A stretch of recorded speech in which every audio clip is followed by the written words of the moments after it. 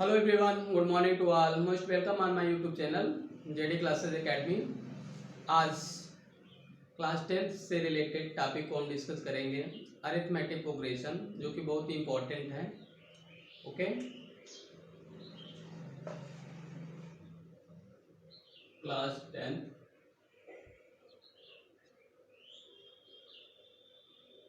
Arithmetic progression chapter 5। Arithmetic progression का जो मतलब होता है वो समांतर श्रेणी होता है। एक श्रेणी, ऐसा श्रेणी जिसमें अंतर समान हो, उसे हम समांतर श्रेणी कहते हैं, एपिस कहते हैं। Such type of series which have common difference is same. Okay,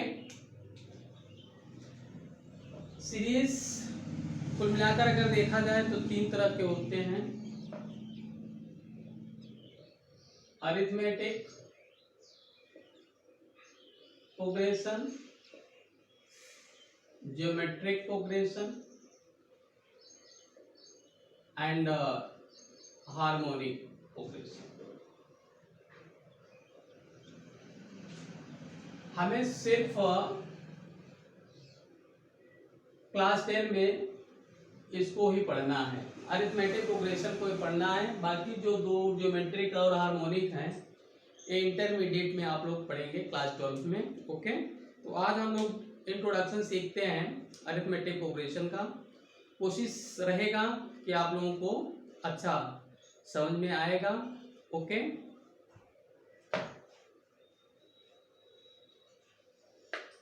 सबसे पहले हम समझते हैं सीरीज होता क्या है। एपी सीरीज, सपोज दैट, एक एग्जाम्पल के माध्यम से ज्यादा आपको क्लियर होगा। जैसे 1 2 3 4 डॉट डॉट डॉट, इस तरह से एक सीरीज दिया हुआ है। तो इसमें सबसे पहले हमें ये चेक करना होता है कि given series is in AP or not. तो फर्स्ट ऑफ ऑल आप क्या करते हैं, ये देखते हैं दूसरे टर्म में से। अब दूसरा टर्म क्या है, 2, उसमें से 1 करो तो यहाँ पर 1 आएगा। 3 है, 3 माइनस 2 करोगे तो 1 आएगा। 4 माइनस 3 करेंगे तो 1 आएगा। यहाँ पर हमने देखा क्या, कॉमन डिफरेंस जो आ रहा है वो सब में सेम आ रहा है। तो हम कह सकते हैं कि ये जो गिवन सीरीज है वो आपका क्या है, एपी है। वो क्या है, आपका एपी है। बात समझ में आया। किसी भी अरिथमेटिक प्रोग्रेशन को चेक करने का सबसे सरल तरीका क्या होता है, दूसरे टर्म में से पहला टर्म, तीसरे में से दूसरा, चौथे में से तीसरा, इस तरह से हम माइनस करते जाएंगे। अगर सभी का वैल्यू सेम आएगा तो वो आपका कॉमन डिफरेंस कहलाएगा, और कॉमन डिफरेंस सेम होने पर हम उसे अरिथमेटिक प्रोग्रेशन का नाम देते हैं। Okay, I hope you understand about this very well. Okay, next, अब इसमें होता क्या है, अब इसको हम दिखाते हैं term wise, A1 A2 A3 A4। अगर इसको A1 कहा जाए तो 1 लिखना जरूरी होता भी है और नहीं भी होता है।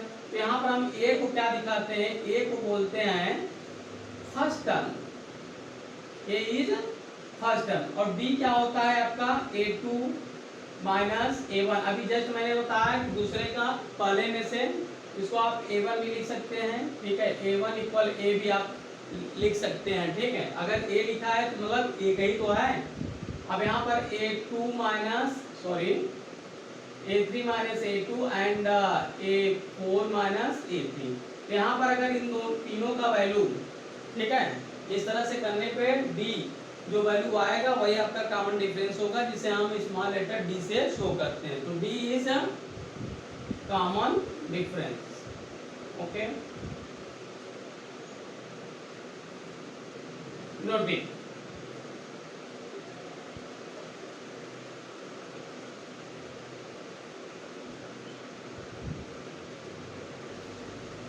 तो हमने ये सीख लिया कैसे हम आइडेंटिफाई करते हैं कि फर्स्ट टर्म क्या होता है, कॉमन डिफरेंस क्या होता है।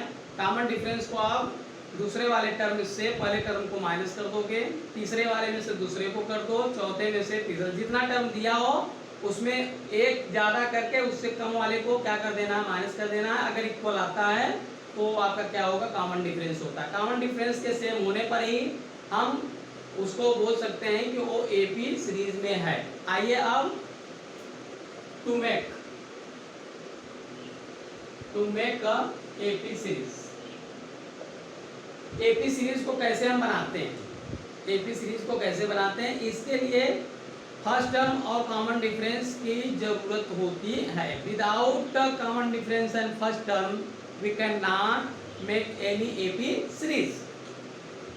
Example, suppose that given a equal 5 b equal 7। तो एपी सीरीज बनाने का जो एक क्राइटेरिया होता है वो इस तरह से दिया जाता है, a plus D, a plus 2d, a plus 3d dot dot dot.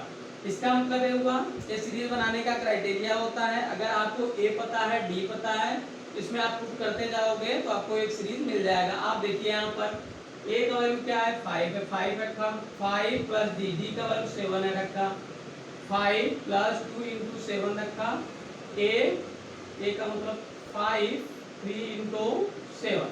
यहाँ पर देखिए 5 आया, 12 आया, 19 आया और 26 आया।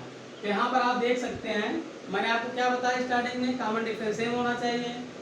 12 5 7, 19 12 7, 26 माइनस 19 7। कॉमन डिफरेंस सेम आ रहा है, इसका मतलब हमारा एपी सीरीज बनकर तैयार। Okay, I hope you understand about this. Okay, note it.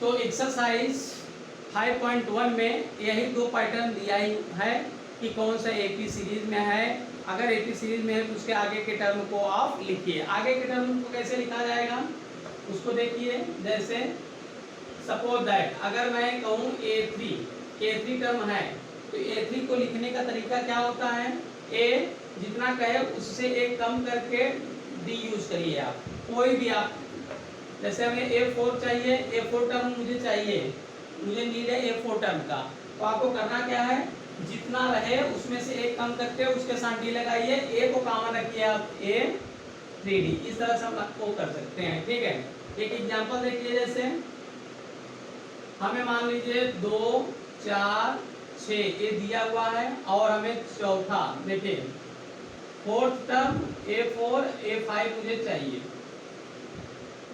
1 2 3 तीन ही टर्म दिया हुआ है, मुझे 4 और 5 टर्म चाहिए। तो कैसे हम करेंगे, देखिए हमें आपको बताया A4 चाहिए टर्म, तो A4 को कैसे लिखेंगे आप, A प्लस D 3D।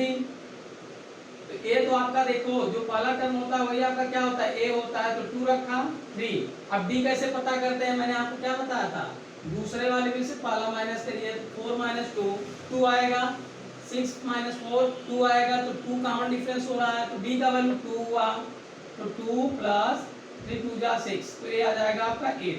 मतलब फोर्थ टर्म जो आपका बनेगा वो 8 बनेगा। आप वैसे भी देख सकते हैं 2 4 6 8, आगे वाला टर्म क्या होगा, 10 होगा, 10 होगा। यहाँ पर आप बाई फार्मूला से भी पता कर सकते हैं A प्लस 4D। तो A का वैल्यू आपका 2 है, 4 इंटू D का वैल्यू भी 2 है, तो 2 प्लस 8 10। इस तरह से हम किसी भी टर्म को फाइंड कर सकते हैं। तो आज के इंट्रोडक्शन पार्ट में इतना ही, फिर नेक्स्ट वीडियो में हम मिलते हैं यूनिट टर्म ऑफ एपी के फार्मूले पर हम डिस्कस करेंगे। ओके, मेरे चैनल को आप ज़्यादा से ज़्यादा शेयर कीजिए, सब्सक्राइब कीजिए, लाइक कीजिए, क्वेरी के लिए आप कमेंट जरूर कीजिए। Okay, thank you.